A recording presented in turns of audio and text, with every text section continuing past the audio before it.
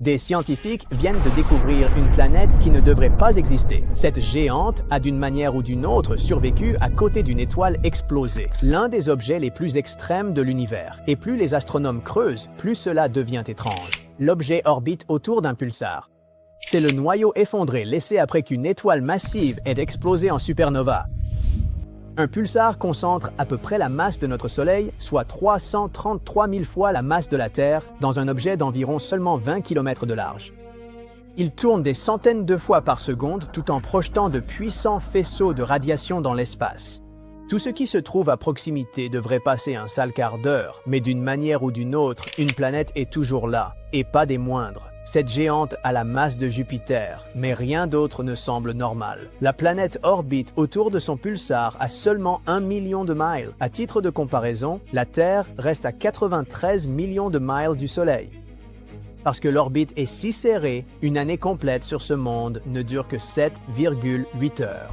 La gravité y est si intense que les scientifiques pensent qu'elle déforme physiquement la planète.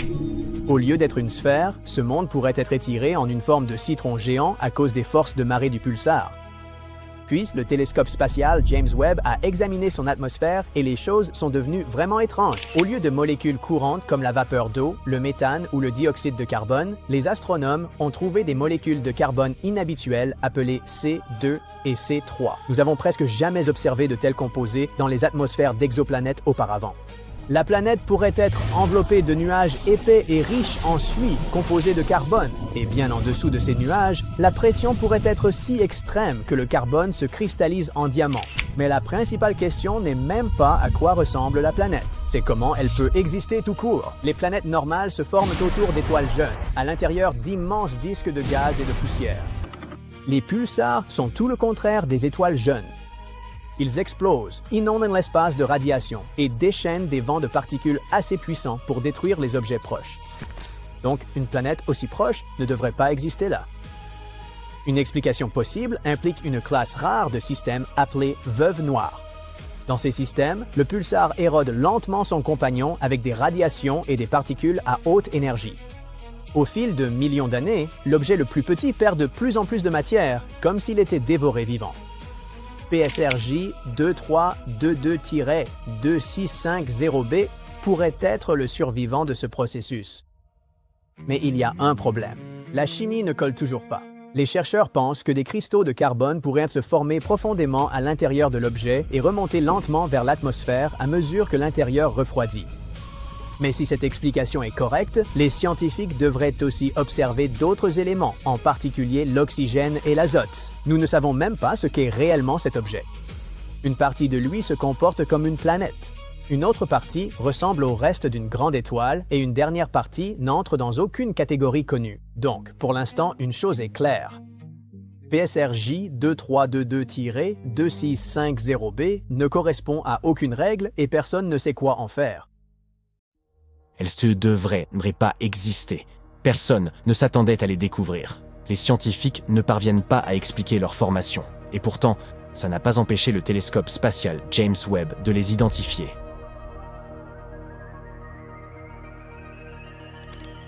Ces 6 galaxies, aussi massives que notre Voie lactée, sont peuplées d'étoiles rouges matures. Elles se trouvent si loin de nous qu'elles apparaissent comme de minuscules points rouges, même pour ce télescope de pointe. Les astronomes ont analysé la lumière émanant de ces galaxies et ont estimé leur âge. Elles seraient apparues 500 à 700 millions d'années après le Big Bang. Jusqu'ici, rien d'étonnant. Les galaxies aussi jeunes ne sont pas vraiment rares. Les scientifiques pensent que les premiers amas d'étoiles ont pu émerger peu de temps après que l'univers a quitté ce qu'on appelle l'âge sombre, qui correspond aux 400 premiers millions d'années de son existence. À cette époque, seul un épais brouillard d'atomes d'hydrogène remplissait le cosmos. Ce qui est particulièrement étrange à propos de ces galaxies, c'est leur taille démesurée et l'âge avancé des étoiles qui les composent. Cela contredit les théories actuelles sur l'apparence et l'évolution de l'univers dans ces premières années. De plus, ces observations diffèrent de celles effectuées précédemment par le télescope spatial Hubble, le prédécesseur moins avancé de James Webb. Alors, selon les scientifiques, À quoi sont censées ressembler ces premières galaxies? La réponse est simple, jeunes et petites. En effet, jusqu'à présent, la plupart des galaxies de l'univers primitif découvertes étaient des bébés de l'espace, petites et bleutées. Elles semblaient n'avoir émergé que récemment de la soupe cosmique primordiale et étaient encore en train de former leurs premières étoiles et d'autres ensembles. La plupart des jeunes étoiles sont en réalité bleues. En vieillissant, elles acquièrent une teinte plus rougeâtre après avoir brûlé leur carburant stellaire et refroidi. C'est pourquoi les astronomes ne s'attendaient pas à découvrir des étoiles rouges vieillissantes dans les anciennes galaxies que le télescope James Webb a été conçu pour observer. Une autre surprise inattendue aurait été de découvrir des galaxies plus massives qu'1 milliard de soleils. Et pourtant, c'est bel et bien ce qui s'est produit. Les galaxies récemment découvertes sont presque aussi immenses que la Voie lactée, avec des masses respectives seulement 2 à 4 fois moindres. Le plus étonnant est que ces galaxies étaient déjà aussi vastes, alors que l'univers n'avait atteint que 3% de son âge actuel. Mais avant que les astronomes ne révisent leurs théories afin d'expliquer comment des galaxies tellement immenses ont pu se former si rapidement après le Big Bang, il est crucial de vérifier que ces observations ne soient pas dues à un autre phénomène spatial. Même dans ce cas précis, la plupart des théories alternatives nécessitent l'introduction de concepts entièrement nouveaux. L'une de ces théories propose que les étoiles dans l'univers primitif émettent de la lumière de manière inhabituelle. Étant donné que les astronomes n'en étaient pas conscients, cette possibilité n'a pas été incluse dans leur modèle. Ou bien, ce que nous savons de la formation des étoiles pourrait être inapplicable à l'univers primitif. Si l'une de ces théories s'avérait exacte, cela révolutionnerait complètement notre compréhension de la formation stellaire. Passons maintenant à l'appareil qui a permis aux astronomes de découvrir ces galaxies extraordinaires. Le télescope spatial James Webb est une merveille technologique environ 100 fois plus puissante que le télescope spatial Hubble. Et Hubble, en son temps, a pu observer des objets situés à 13,4 milliards d'années-lumière. Le télescope James Webb est également très coûteux, et c'est un euphémisme. Bien que son coût initial ait été estimé entre 1 et 3,5 milliards de dollars, le développement complet aura finalement coûté la bagatelle de 10 milliards.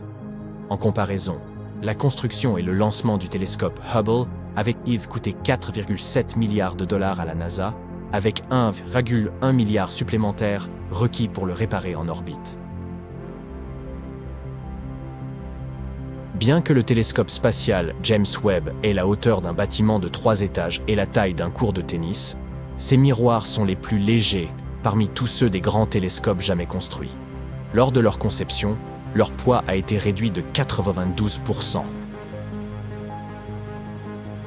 À première vue, les miroirs du télescope semblent être faits d'or, mais ils sont en réalité composés de beryllium, un métal léger et fragile, de couleur gris-acier.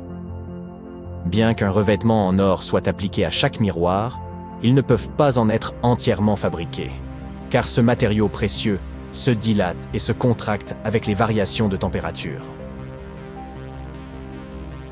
De fait, la quantité totale d'or utilisée dans le télescope James Webb est inférieure à 57 grammes, ce qui représente une pièce d'or de la taille d'une balle de golf. Les couches d'or qui recouvrent les miroirs ont une épaisseur de seulement 1000 atomes. Quant aux capacités du télescope, il peut distinguer nettement une pièce d'1 centime à une distance de 38 km et un ballon de football à 550 km.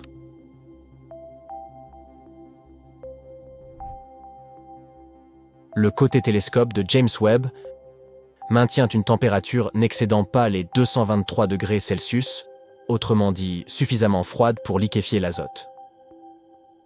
Un bouclier solaire géant à 5 couches entoure le télescope et réfléchit la lumière solaire, permettant ainsi de garder l'appareil à une température peu élevée.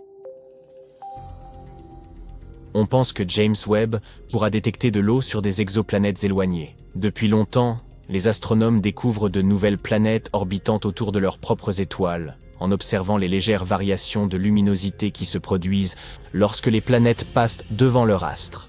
De plus, il est possible d'analyser la signature spectrale de la lumière pour déterminer la composition chimique d'une planète. Les signatures les plus fortes et les plus lisibles apparaissent dans le spectre infrarouge. Et, devinez quoi ? Le télescope James Webb est équipé d'instruments infrarouges de pointe. Ceux-ci peuvent aider les scientifiques à découvrir de nouvelles planètes et même à identifier la présence d'eau sur celles-ci. Le télescope a été lancé près de l'équateur car la rotation de la Terre y est légèrement plus rapide, donnant ainsi une impulsion supplémentaire à la fusée. Une fois que le télescope spatial James Webb sera à court de carburant, il continuera de graviter autour du Soleil indéfiniment. Bien que l'engin n'ait pas été conçu pour être entretenu ou amélioré, il pourrait potentiellement être ravitaillé par des robots, ce qui prolongerait sa durée de vie.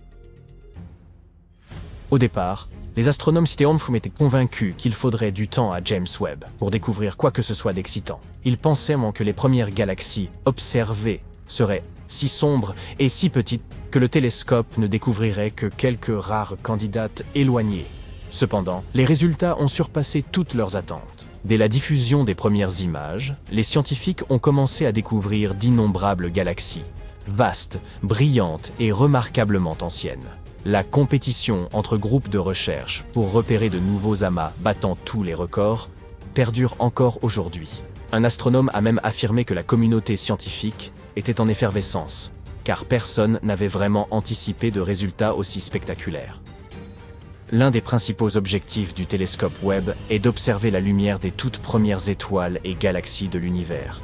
Hélas, plus un objet est déjà éloigné, plus il s'éloigne rapidement de nous, et plus la lumière qu'il émet doit parcourir de distance, s'étirant ainsi vers l'infrarouge du spectre, un phénomène connu sous le nom de décalage vers le rouge en astronomie.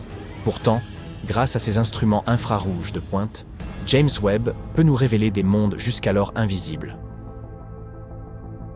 Grâce à ce télescope, nous avons pu observer des galaxies incroyablement lointaines, formées il y a environ 13,8 milliards d'années. Cela signifie que la lumière détectée par James Webb a mis plus de 13 milliards d'années pour atteindre la Terre. Pouvez-vous imaginer ce que ça représente? Parmi ces galaxies, l'une se distingue particulièrement. Elle semble être la plus ancienne jamais découverte par les astronomes. Elle se nomme Galas Zezam 13 et remonte à seulement 300 millions d'années après le Big Bang. La galaxie la plus ancienne, précédemment identifiée par les scientifiques, GN-ZA11, avait été découverte par le télescope spatial Hubble et date de 400 millions d'années après le Big Bang. Au cours de cette période à peine explorée, les toutes premières galaxies et étoiles ont commencé à émerger. Mais comment ce processus s'est-il déroulé exactement? Personne ne le sait avec certitude, du moins pour l'instant. Ce phénomène pourrait dépendre de lois physiques inconnues, incluant l'influence de la matière noire et de l'énergie sombre, ou de certaines interactions encore peu étudiées entre le gaz, la poussière et la lumière stellaire.